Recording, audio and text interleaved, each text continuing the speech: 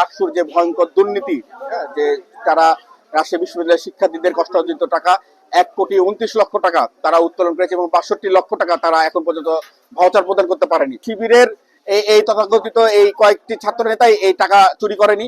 এর সাথে জড়িত রয়েছে বিশ্ববিদ্যালয়ের সাবেক প্রশাসন এবং কোষাধ্যক্ষ। আমরা যে বৈষম্যবিহীন বাংলাদেশ চেয়েছিলাম, আমরা যে বৈষম্যবিহীন ক্যাম্পাস চেয়েছিলাম, সেই ক্যাম্পাসে আমরা কি দেখলাম যে যাদেরকে দায়িত্ব দেওয়া হলো সাধারণ শিক্ষার্থীদের কল্যাণের কাজ করা, তারা সাধারণ শিক্ষার্থীদের ফান্ডের টাকা, আমানত টাকা তারা লোপাট করে নিয়ে যাচ্ছে। তাদেরকে এই অবশ্যই সাধারণ শিক্ষার্থীরা কখনো ছাড় দিবে না, তাদেরকে এই টাকার হিসাব, ন্যায্য হিসাব তাদেরকে দিয়ে যেতে হবে।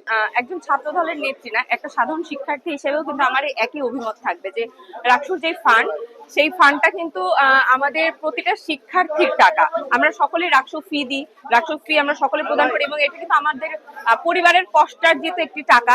সেই টাকা দিয়ে আমরা যখন পড়াশোনা করছি এবং সেটা থেকে রাকসু ফান্ড হচ্ছে, তারপরে যদি আমরা দেখতাম যে আমাদের অধিকার আদায়ে তাদের একটা গঠনমূলক কাজ বা উল্লেখযোগ্য কাজ তারা করেছে, তখন আমরা মানতাম যে হ্যাঁ তারা এই ধরনের কাজ করেছে, কিন্তু তারা তো কোনো কাজ সেরকম আমাদের চোখে পড়েও নাই।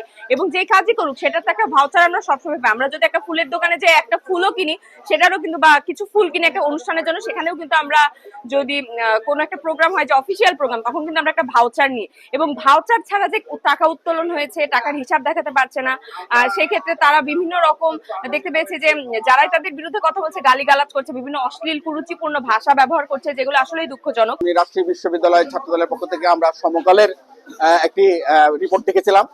সেই রিপোর্টে আমরা দেখেছি যে রাকসুর যে ভয়ঙ্কর দুর্নীতি, যে তারা রাজশাহী বিশ্ববিদ্যালয়ের শিক্ষার্থীদের কষ্ট অর্জিত টাকা 1,29,00,000 টাকা তারা উত্তোলন করেছে এবং 62 লক্ষ টাকা তারা এখন পর্যন্ত ভাউচার প্রদান করতে পারেনি। আজকে রাজশাহী বিশ্ববিদ্যালয়ের সাধারণ শিক্ষার্থীরা এই ভাউচারের জন্য তারা আজকে কর্মসূচি প্রোগ্রাম করছে। আমরা রাজশাহী বিশ্ববিদ্যালয় ছাত্র দলেও তার এই প্রতিবাদে আমরা আজকে বিক্ষোভ মিছিল সমাবেশ প্রদান করেছি এবং এই রাজশাহী বিশ্ববিদ্যালয় শিবিরের এই তথাকথিত এই কয়েকটি ছাত্র নেতাই এই টাকা চুরি করেনি। এর সাথে জড়িত রয়েছে বিশ্ববিদ্যালয়ের সাবেক প্রশাসন এবং কোষাধ্যক্ষ।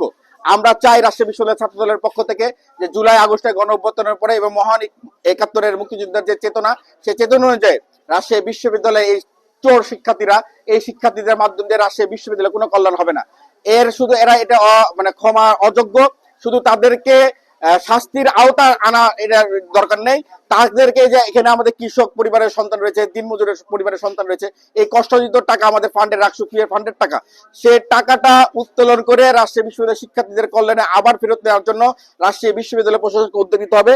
সেই ধারাবাহিকতায় আমরা রাজশাহী বিশ্ববিদ্যালয় ছাত্র দলের পক্ষ থেকে আগামী রবিবার আমরা বিশ্ববিদ্যালয়ের মাননীয় উপাচার্য বরাবর স্মারকলিপি প্রদান করব, যাতে দ্রুত এটি তদন্ত করে এই তারা যে টাকা চুরি করে তারা শিবিরের ব্যক্তিগত কাজে এবং জামাতের ভোটের প্রচারণায় এই ভিপি গুলো আমরা তথাকথিত ভিপি করে দেখেছিলাম, সেই কষ্ট অর্জিত টাকাগুলো ফেরত নিয়ে এসে রাজশাহী বিশ্ববিদ্যালয়ের রাকসু ফান্ডে আবার ফেরত নিয়ে আসতে হবে। আমরা যে বৈষম্যবিহীন বাংলাদেশ চেয়েছিলাম, আমরা যে বৈষম্যবিহীন ক্যাম্পাস চেয়েছিলাম, সেই ক্যাম্পাসে আমরা কি দেখলাম যে যাদেরকে দায়িত্ব দেওয়া হলো সাধারণ শিক্ষার্থীদের কল্যাণের কাজ করা, তারা সাধারণ শিক্ষার্থীদের ফান্ডের টাকা, আমানত টাকা তারা লোপাট করে নিয়ে যাচ্ছে।